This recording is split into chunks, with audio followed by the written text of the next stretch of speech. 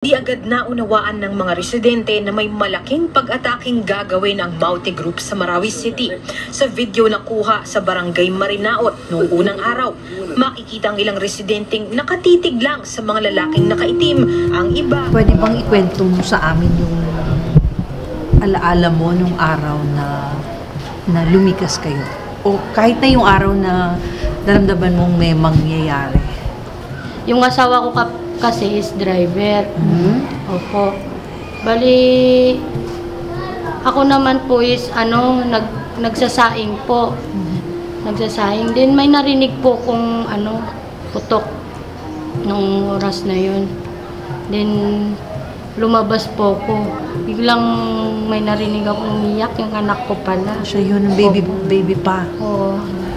Napaso siya, nahila niya yung wire ng rice cooker. Opo.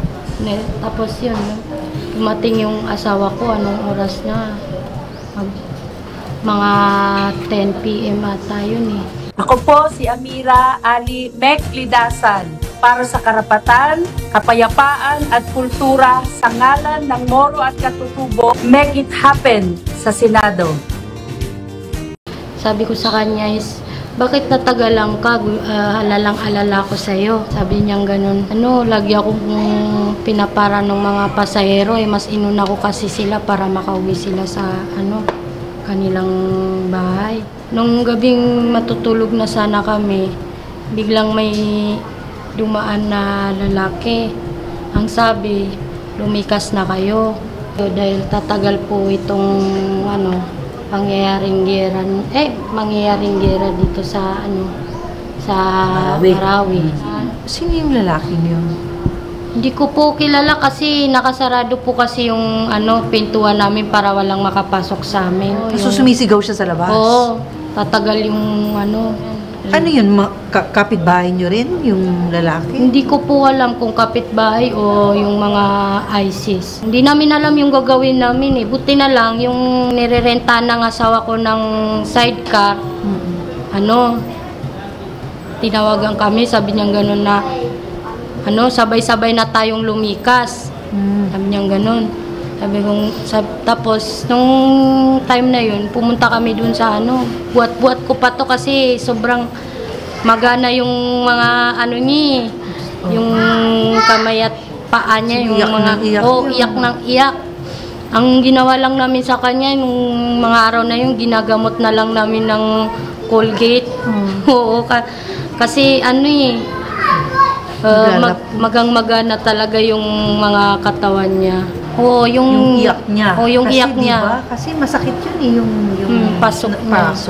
Yung araw na yun, lumikas kami. May mga nakaharang na mga ISIS. Sinasabi nila na likas na kayo, magsilayas na kayo dito.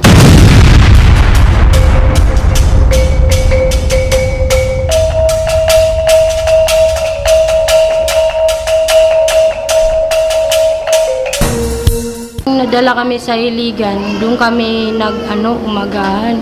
Nung time na yun kasi walang-wala kami noon eh. Napatawag ako sa tatay ko, tsaka sa tatay din ng asawa namin para makahingi kami ng pamasahe. Napunta kami sa may Zamboanga. Doon na kami naghanap buhay, tinda. Tapos doon na rin namin to ini-start na dalhin doon sa may hospital. Buong katawan niya kasi magang-maga eh, tsaka yung kabilang kamay niya. Tapos wala kayong nadala kahit na anong gamit? Wala kaming nadala sa pagkamamadali namin. Sobrang traffic, haba-haba ng hindi kami makakain. Paano yung pagpainom sa manghingi lang kami ng tubig dun sa mga bahay-bahay dun na madadaanan namin sa malapit. Dadaanan namin papuntang Baloy. Sino tumulong sa inyo sa Zamboanga? Yung tatay ng asawa ko. Nung nasa Zamboanga po kami, hanap buhay lang po namin doon is naglalako po ng plastic, lighter, habang buhat-buhat ko to. Tinutulungan ko yung asawa ko para lang may pangbili ng gatas, tsaka diaper ng anak ko, tsaka lalo na yung gamot niya para sa yung pasok niya. Buat-buat ko siya. Tapos Minsan pag pinapabantay ko siya dun sa sa palengke, pinapabantay ko to dun sa mga nagtitinda dun ng mga isda. Nilalagay ko na lang siya sa may karton. Nakabalik ka na ba doon sa bahay niyo dati? Doon sa lugar mo? Opo, yun nga po. Pinuntahan po namin yung lugar na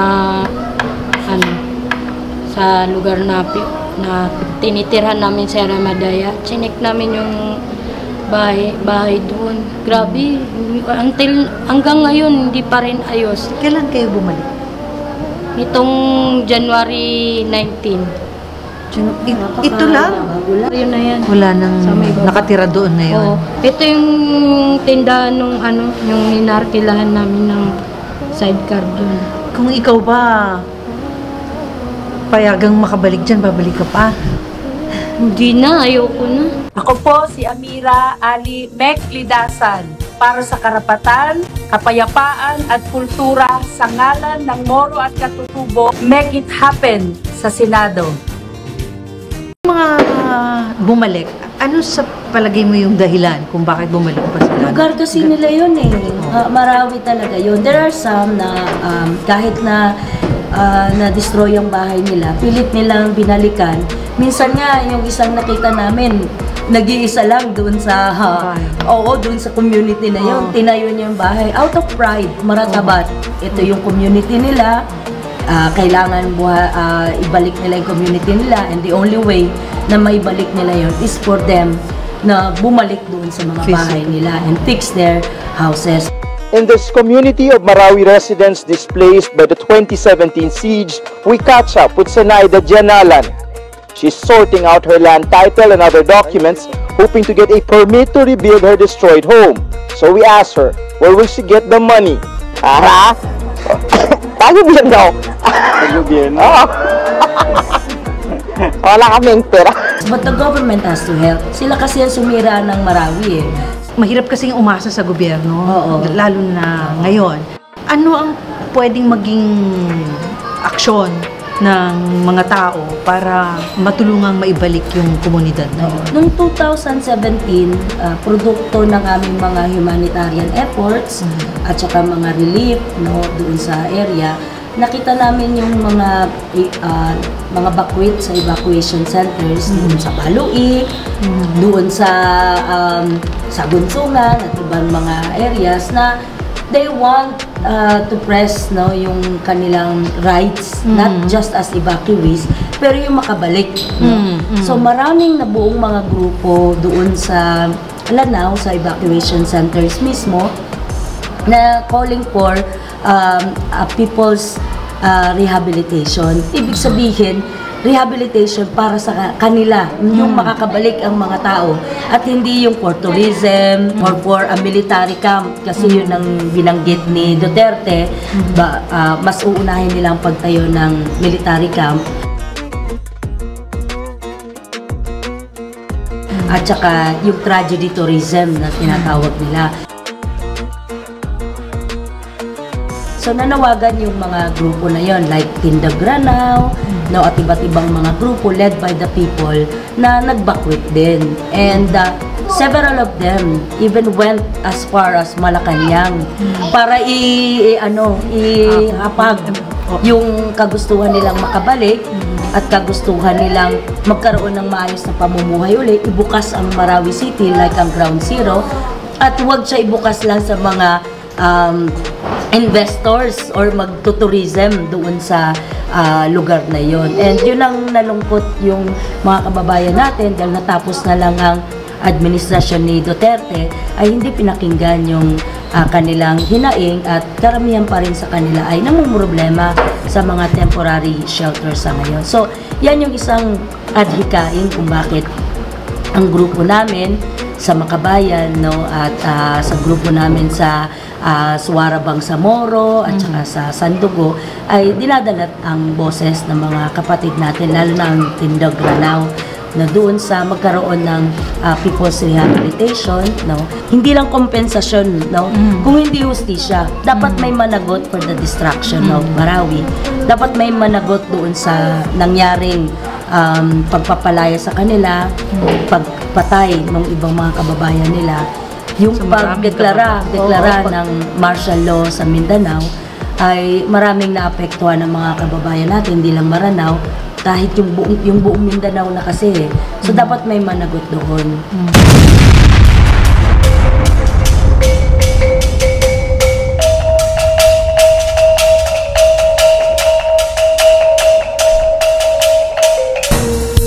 Yun yung isa sa mga rason bakit ang mga kapatid ninyong Moro, no, bukod sa akin, ay marami pang ibang mga kapatid natin ang tumakbo para ihapag ito sa mas mataas na level. Ang decisions kasi when it comes to Mindanao, when it comes to the Moro people, it doesn't come from the Bangsamoro Autonomous Region.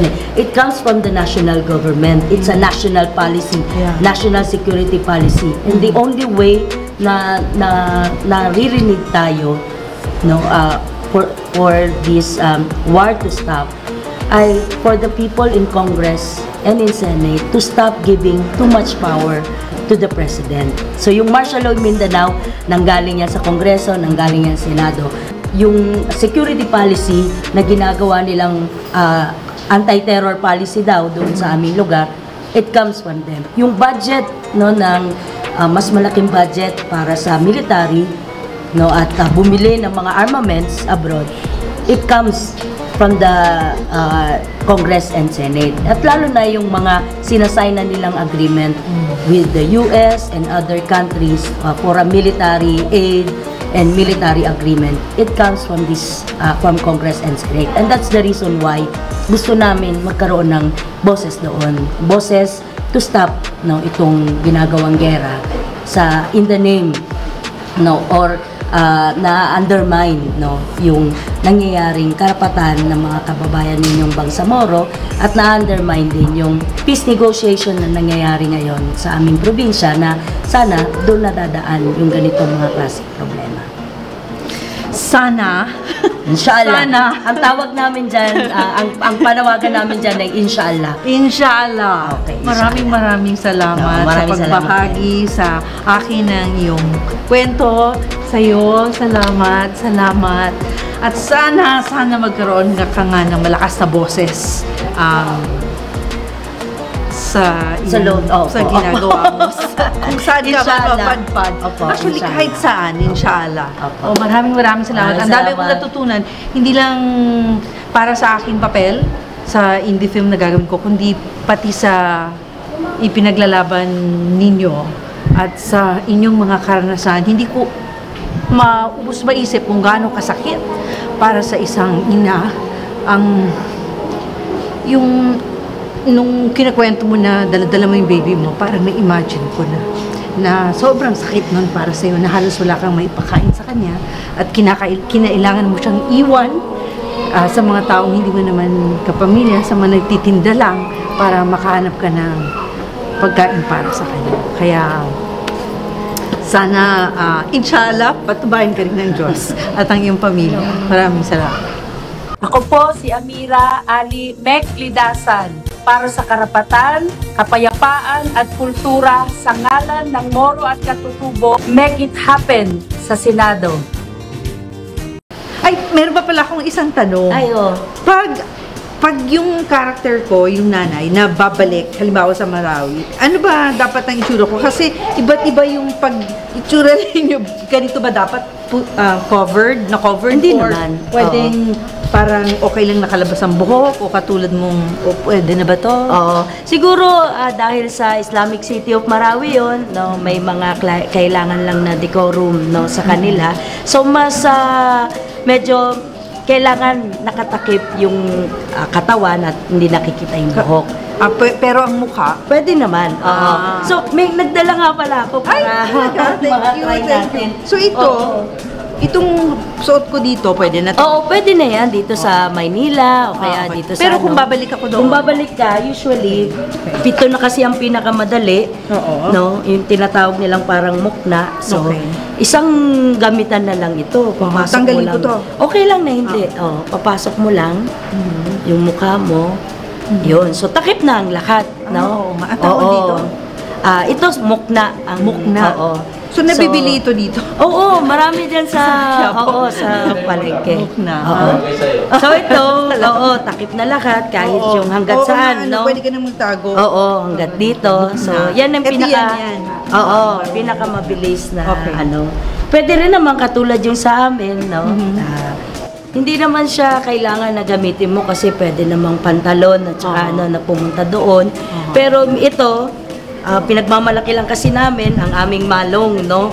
Malong na mga ano. Ito yung isa sa mga nawala kasi sa Marawi, eh. Binibenta ito sa Marawi, pero hindi na ngayon kasi nawala na yung mga na-destroy na mga padyan o yung palengke doon na famous na nagbebenta nitong mga malong. Dito sa Quiapo, mabibili mo naman itong malong na to. Pero sa Marawi, wala na.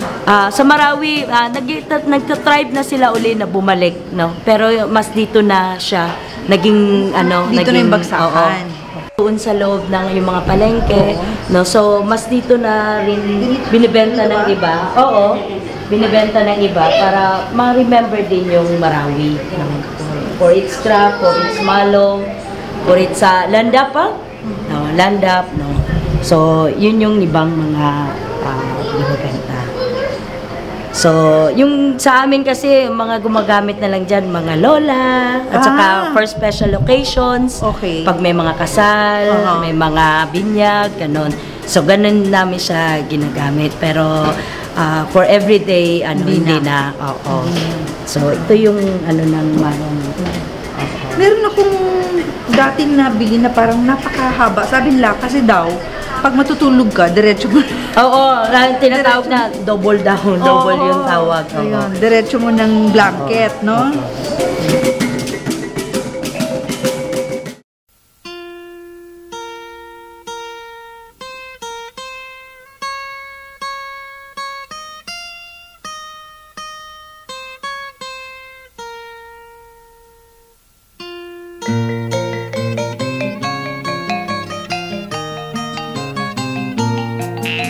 Ako'y sinilang sa isang bayan ng Cotabato.